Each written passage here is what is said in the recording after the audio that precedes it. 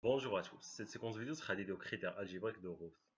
Le critère algébrique de Routh ne permet pas de définir la marge de stabilité indiquée dans la vidéo précédente, mais il autorise le diagnostic de stabilité pour des systèmes d'ordre élevé.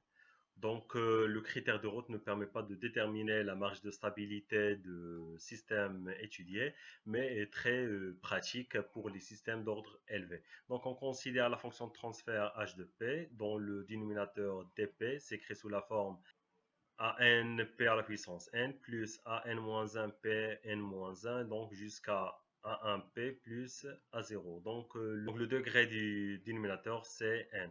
On applique le critère de Routh en plaçant la suite des coefficients AI.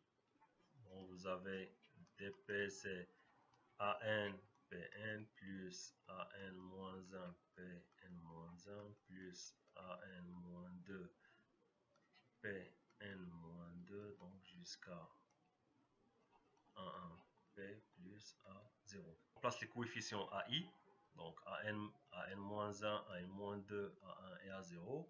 Donc dans ce tableau de Routh, donc vous avez an, an-1, an-2, an-3, an-4, donc jusqu'à a1 et a0. Dans les deux premières lignes, an-1 multiplié par an-2 moins an multiplié par an-3, le tout divisé par an-1. Donc, c'est le premier élément de la troisième ligne. Pour le deuxième élément, c'est an-1 multiplié par an-4 moins an multiplié par an-5, le tout divisé par an-1. Le même pour le troisième élément, donc jusqu'à le ième élément, donc vous avez l'élément avant le dernier, an-1 multiplié par a1 moins an multiplié par a0, le tout divisé encore par an-1. Et pour le dernier élément, donc c'est des zéros, donc multiplié par les an-1 et les an, divisé par an-1, donc c'est 0. Donc on complète la troisième ligne par des zéros. On dispose alors d'un tableau de trois lignes. La troisième ligne possède moins de termes que les deux précédents. On complète par des zéros. Donc vous avez an, an-2, an-2, an-3. Donc vous avez les deux premières lignes par les coefficients du dénominateur et vous avez bm qui vaut an-1, an-2 moins an-3 divisé par an-1. b1-1, donc c'est ce terme-là, ainsi de suite. Donc jusqu'à b0 qui vaut ce terme et 0. Avec le même principe, on calcule la quatrième ligne. Donc, Bm multiplié par An-3 moins An-1 multiplié par Bm-1, tout divisé par Bm. Donc, pour deuxième colonne, donc c'est Bm multiplié par An-5 moins An-1 multiplié par Bm-2, tout divisé par Bm, ainsi de suite. Donc on itère jusqu'à ce qu'il n'y a que des zéros sur la ligne. Donc jusqu'à ce qu'on aura des zéros. Le nombre de pôles à partie réelle positive de la fonction de transfert h de p est égal au nombre de changements de signe dans la première colonne. En conséquence, le système est stable en boucle fermée si tous les coefficients de la première ligne sont de même signe. Donc le nombre maximal de lignes égale le nombre de termes du polynôme dp. Donc c'est l'ordre du système plus 1. Donc vous avez d de p, c, an, pn, donc jusqu'à a1p plus a0.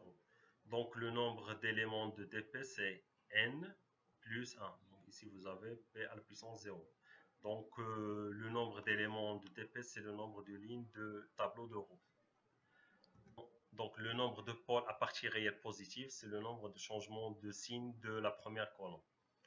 Donc, pour illustrer ce concept, donc on considère cet exemple. Donc on considère ce système. Donc, vous avez l'entrée E de P, la sortie S de P. Donc, avec une boucle de retour unitaire, BP égale à 1. Donc, la fonction de transfert GP de la boucle directe, c'est K sur P, facteur de P au carré plus P plus 3. Donc, l'ordre de système, c'est 3. Donc, la fonction de transfert en boucle fermée, donc c'est h de p, c'est gp sur 1 plus gp. Donc GP qui vaut K sur P facteur P au carré plus P plus 3. Donc on développe. Donc c'est K sur P, P au carré plus P plus 3 plus K.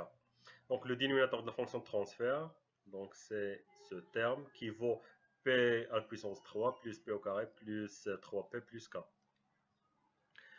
Donc le coefficient du dénominateur, donc c'est 1, 1, 3 et K. Ça c'est à n 1, à n-2, à n-3. Donc 1, 1, 3, K. Donc on calcule le premier élément de la troisième ligne.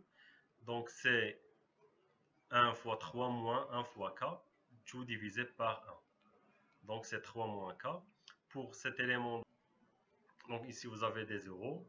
Donc cet élément c'est 0 fois 1 moins 1 fois 0, tout divisé par 1. Donc c'est 0, ici vous avez 0. Pour le premier élément de la quatrième ligne, donc c'est 3 moins K multiplié par K moins 0. Le tout divisé par 3 moins K, donc c'est K. Et vous avez 0. La cinquième ligne égale à 0. Le nombre de lignes égale au nombre d'éléments du dénominateur. Donc ici vous avez 4. Donc ici vous avez 4 éléments dans le dénominateur. Pour que le système soit stable, il faut qu'il n'y ait aucun changement de signe dans la première colonne. Donc 3 moins K doit être supérieur à 0. Donc ici vous avez le premier et le deuxième élément sont positifs. Le K doit être positif et 3 moins K doit être positif. Donc c'est 3 moins K positif, donc K doit être inférieur à 3. Donc selon le critère de Roth, le système est stable si K est inférieur à 3. Merci pour votre attention et à la prochaine.